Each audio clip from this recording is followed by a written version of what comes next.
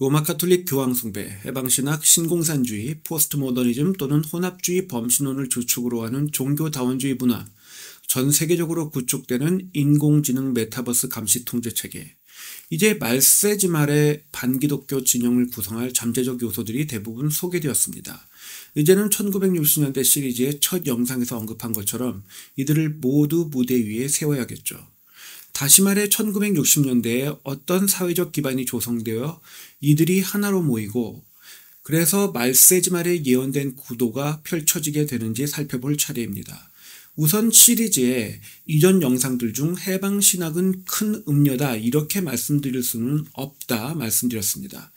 아직 말세지 말에 예언된 바로 그 적그리스도가 나타나지도 않았습니다. 그러나 루터가 16세기의 교황을 적그리스도로 특정했던 것처럼 해방신학 또한 말세지 말에 바로 그 큰 음녀와 닮아있는, 다시 말해 큰 음녀의 전구물의 역할을 할 수 있는 부분들이 분명히 있습니다.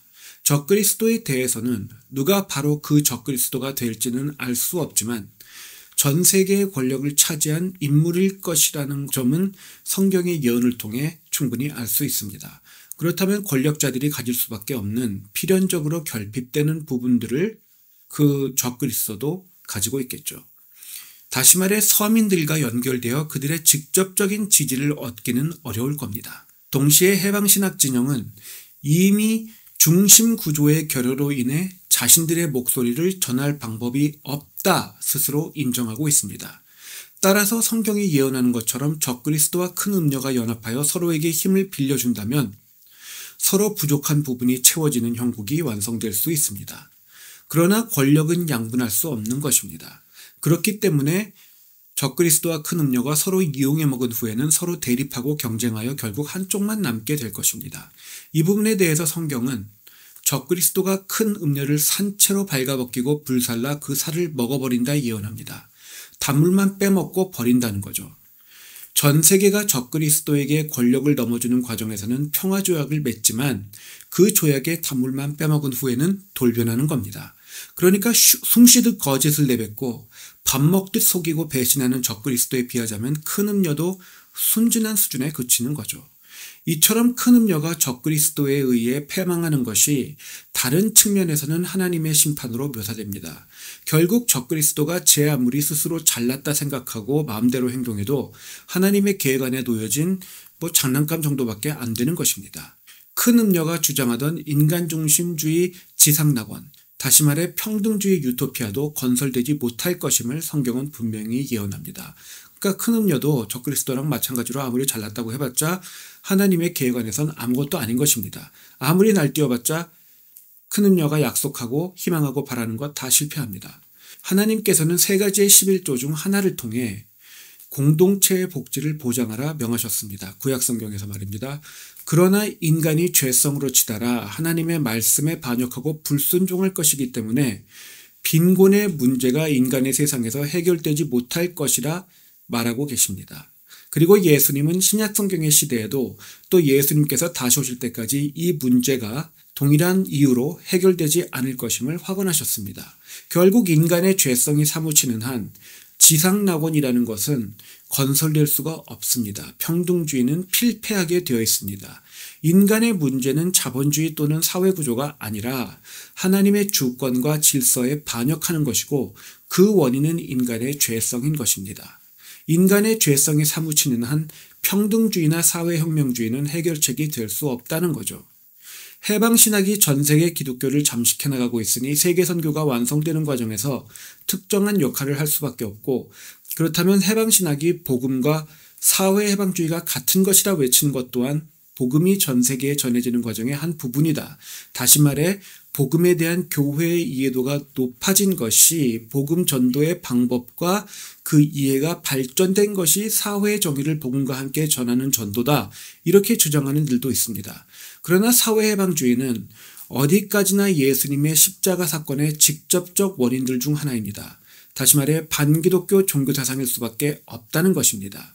그리고 성경은 예수님의 이름이 세상 끝까지 전해진다 말할지언정 그 이름을 듣는 모든 이들이 다 구원을 얻으리라 약속하지는 않습니다. 되려 주여 주여 하는 자마다 구원을 얻을 것이 아니라 단호히 잘라 말합니다. 그러니까 세계선교는 세계 모든 족속들 중 구원받은 이들이 여기저기 나타나게 하기는 하되 유사복음에 경도되어 스스로 기독교인이라 착각하는 자들이 대거 나타나는 것을 막지는 않는다는 것입니다. 동시에 세계선교가 완료될 즈음에는 전 세계적 시대 정신이 반기독교적으로 또 다원주의적으로 치우쳐 있어야 합니다. 그래야 말세지 말에 예수님께서 심판주로 재림하시는 구도가 완성이 됩니다.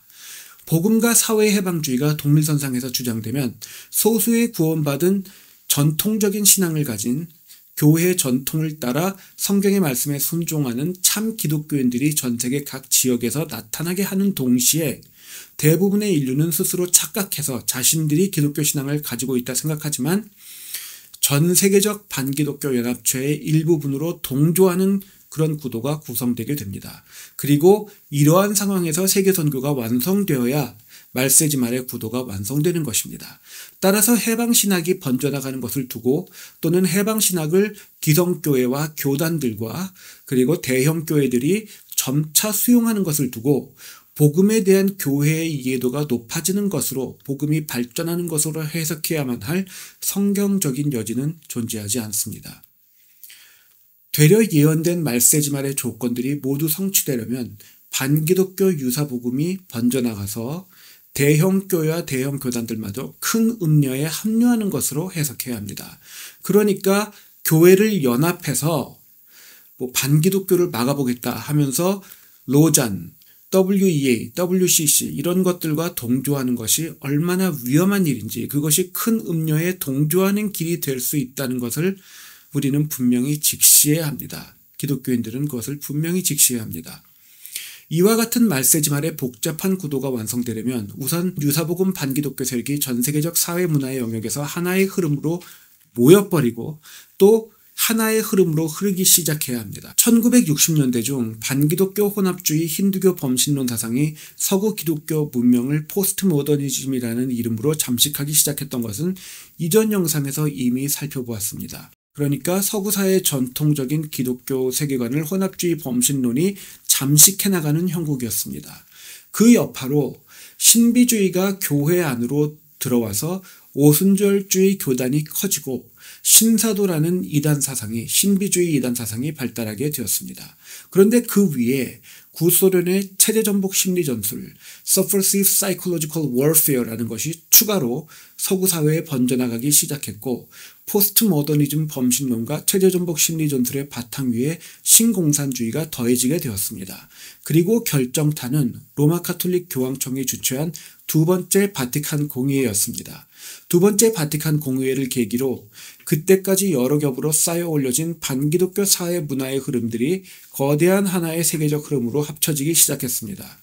그리고 우유부단한 복음주의 개신교는 그 여파를 단호히 대적하여 막아서는 대신 슐라이어 마커의 시대정신에 점차 동조하는 패배주의에 편승해서 그 패배주의를 점차 심화시키게 되었습니다. 언제나 전체주의를 향해 흘러가는 세상의 시대정신을 막아설 수 있는 정체성을 가진 집단은 개혁신앙을 가진 집단, 그러니까 개신교 교회뿐인데 그 집단마저 교리사상적으로 단호하지 못하니 하나로 뭉치기 시작한 반기독교 시대정신은 파죽지세로 기독교 문명을 흔들기 시작했고 오늘날 우리의 사회가 겪는 혼란이 야기되기 시작했습니다. 다음 영상에서는 반기독교 문화사상의 흐름들이 하나로 결집되는 과정에 대해 보다 자세히 살펴보겠습니다.